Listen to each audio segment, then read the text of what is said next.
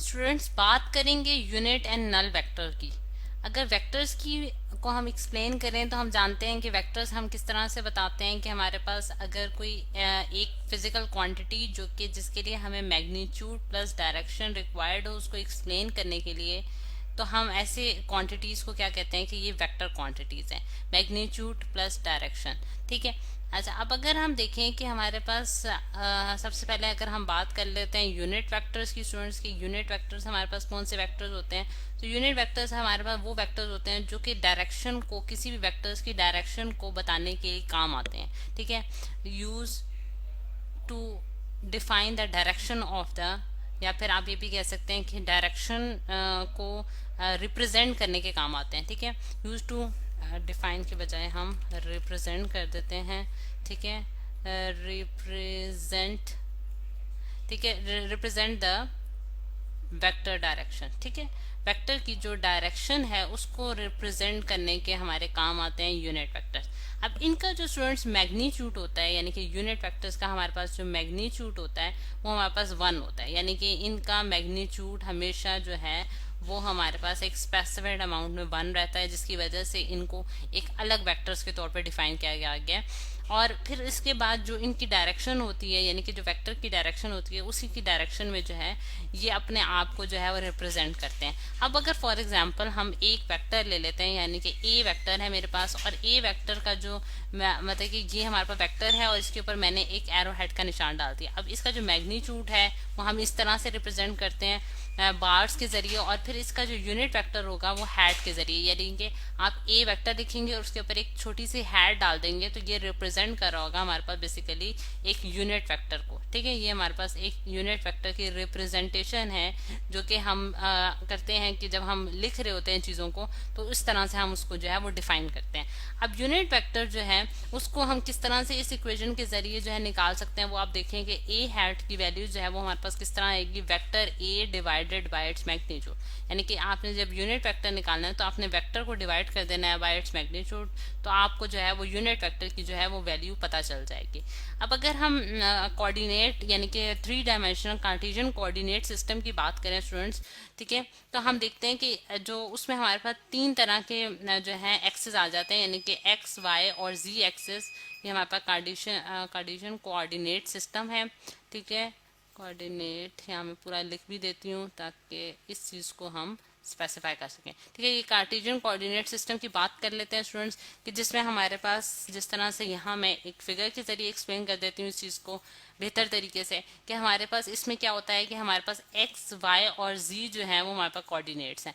अब अगर मैं देखूं कि मेरे पास जो यूनिट वेक्टर होंगे इनकी डायरेक्शन में, यानी कि क्योंकि ये भी हमारे पास एक तरह से वेक्टर्स हैं जो कि जिनके पास कुछ ना कुछ मैग्नीट्यूड्स है और ये डायरेक्शन भी है। ठीक है। अब अगर हम देखें कि हमारे पास जो यूनिट वेक्टर होगा एक्स डायरेक्शन में, वो हमारे पास क्या होगा, वेक्टर मतलब ये उसी वेक्टर की डायरेक्शन में होगा, और इसको हम डिनोट करते हैं विद आई हैड। ठीक है। आई और उसके ऊपर हैड डाला है क्योंकि यूनिट वेक्टर है और इसका मैग्नीट्यूड क्या है, हमारे पास 1 है। और इसी तरह हमारे पास जो वाई डायरेक्शन में हमारे पास आ रहा है स्टूडेंट्स, वो हमारे पास क्या होगा, हमारे पास unit vector in the Y direction जो है ब्लू कलर से शो करने जा रही हूँ वो जे हैड के बराबर होगा, और इसका भी मैग्नीट्यूड हमारे पास क्या होगा स्टूडेंट्स 1 होगा। और इसी तरह जी एक्सिस के अलॉन्ग भी हमारे पास जो यूनिट वेक्टर है वो उसको हम के हैड से डिनोट करते हैं और इसका मैग्नीट्यूड भी हमारे पास 1 होता है। तो ये हमारे पास 3 जो हमारे पास कोऑर्डिनेट हैं जो कि कार्टेशियन कोऑर्डिनेट सिस्टम कहलाते हैं, यानी कि इनके दरमियान जो एंगल्स होते हैं यानी कि ये एक दूसरे पे परपेंडिकुलर होते हैं। ठीक है।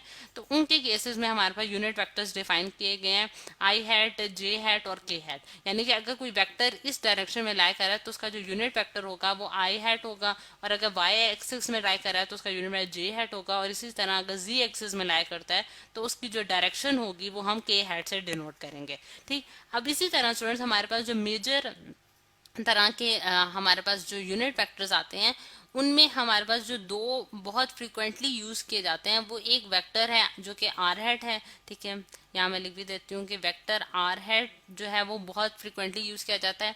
कि आर हैट वेक्टर जो है वो बेसिकली पॉइंट आउट कर रहा होता है in the direction of R, यानी कि अगर आर वेक्टर कोई भी आर्बिट्री आपके पास कोई वेक्टर है आर, ठीक है, और उसका जो यूनिट वेक्टर होगा वो उसी की डायरेक्शन में हमें डायरेक्शन शो करेगा, और उसको हम किस तरह से रिप्रेजेंट करेंगे आर हैट के जरिए। और आर हैट की वैल्यू जो होगी स्टूडेंट्स वो किसके बराबर होगी, vector R divided by its magnitude, ठीक है, यानी कि आर वेक्टर को आप डिवाइड करेंगे जब उसके मैग्नीट्यूड से, तो आप आर हैट की वैल्यू जो है वो देख सकते हैं। अब इसकी एक छोटी सी एग्जांपल देख लेते हैं। अगर हमारे पास आर वेक्टर जो है वो मेरे पास फॉर एग्जांपल कि मेरे पास 3i hat plus 4j hat के बराबर आता है, यानी कि 3i hat plus 4j hat का क्या मतलब है स्टूडेंट्स, मेरे पास जिस तरह से मैं यहाँ आपको दिखाना चाह रही हूँ कि मेरे पास ये आर वेक्टर है जिसका अगर आप एक्स कंपोनेंट देखें तो वो मेरे पास 3 उसका मैग्नीट्यूड है, और वो किस डायरेक्शन में है, यूनिट वेक्टर आर मतलब कि एक्स एक्सिस पे लाई करता है, तो उसका जो यूनिट वेक्टर होगा वो आई हैट होगा, ठीक है। और इसी तरह उसका जो वाई कंपोनेंट है वो 4 यानी कि 4 मैग्नीट्यूड के साथ जो है वो वाई डायरेक्शन में लाई कर रहा है, इस वजह से उसके साथ हमने यूनिट वेक्टर जे हैट डिनोट किया। अब इसका जब मैं मैग्नीट्यूड फाइंड आउट करती हूँ स्टूडेंट्स, तो मैं किस तरह से फाइंड आउट कर सकती हूँ कि 3 का होल स्क्वायर प्लस 4 का होल स्क्वायर और उसका 4 का अंडर रूट, ठीक है, ये हमारे पास इसका मैग्नीट्यूड आ जाएगा। तो इसकी आप वैल्यू जो है वो कैलकुलेटर से फाइंड आउट कर लेंगे, और फिर उसको जो है कैसे आप कर सकते हैं कि जिस तरह से ये हमारे पास स्टूडेंट्स जो आ रहा है इसका आंसर वो हमारे पास क्या आता है 25, और जब अंडर रूट हम 25 लेते हैं तो हमारे पास 5 आ जाता है। तो इस तरह से हम आर वेक्टर जो यूनिट वेक्टर फाइंड करेंगे वो हमारे पास कितना आएगा 3i hat plus 4j hat divided by 5, और ये हमारे पास स्टूडेंट्स यूनिट वेक्टर आ गया, जो कि इसको आप इस तरह से भी लिख सकते हैं कि 3 divided by 5 into I hat plus 4 divided by 5 into J hat.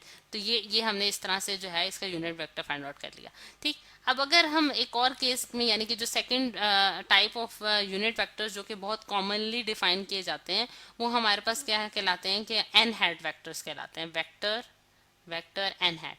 अब ये जो वेक्टर है स्टूडेंट्स एन हैट वेक्टर, ये हम किस तरह से देखते हैं कि हमारे पास जो प्लेन होता है यानी कि कोई भी प्लेन है उसके ऊपर जो परपेंडिकुलर वेक्टर हम ड्रॉ करते हैं, यानी कि ये जिस तरह से मैं ड्रॉ करने जा रही हूँ इसको हम एन हैट वेक्टर से डिनोट करते हैं। और ये ऑलवेज जो है किसी भी प्लेन के ऊपर परपेंडिकुलर एंगल यानी कि परपेंडिकुलरली लाई कर रहे होते हैं उसके ऊपर, ठीक है, यानी कि नॉर्मल टू द प्लेन होते हैं, जिसकी वजह से हम इसको एन हैट का नाम देते हैं। ये जस्ट एक रिप्रेजेंटेशन है जो कि हम देखते हैं कि एन हैट वेक्टर्स अगर कहीं लिखा है तो आप ये समझ जाएंगे कि ये किसी प्लेन के ऊपर परपेंडिकुलर लाई कर रहे हैं, इनकी डायरेक्शन जो है वो परपेंडिकुलर टू द प्लेन होगी, ठीक। तो ये हमारे पास स्टूडेंट्स आ जाते हैं यूनिट वेक्टर का कॉन्सेप्ट। अब नल वेक्टर्स की बात कर लेते हैं। नल वेक्टर्स जो होते हैं नल वेक्टर्स हमारे पास कौन से वेक्टर्स होते हैं, यानी कि जिनका मैग्नीट्यूड हमारे पास क्या होता है, इनका मैग्नीट्यूड हमारे पास 0 होता है, ठीक है। इनका मैग्नीट्यूड स्टूडेंट्स हमारे पास क्या होता है 0 मैग्नीट्यूड के साथ ये लाई करते हैं, और इनकी जो डायरेक्शन होती है स्टूडेंट, क्योंकि ये वेक्टर्स हैं इनकी मैग्नीट्यूड और इनकी डायरेक्शन दोनों होंगी, तो इस वजह से इनकी डायरेक्शन की अगर हम देखें तो ये इनकी आर्बिट्रेरी डायरेक्शन होती है। यानी कि आर्बिट्रेरी डायरेक्शन का क्या मतलब है, रैंडम डायरेक्शन, यानी कि आप उसको कोई एक स्पेसिफिक डायरेक्शन नहीं बता सकते, यानी कि कोई भी डायरेक्शन हो सकती है नल वेक्टर्स की।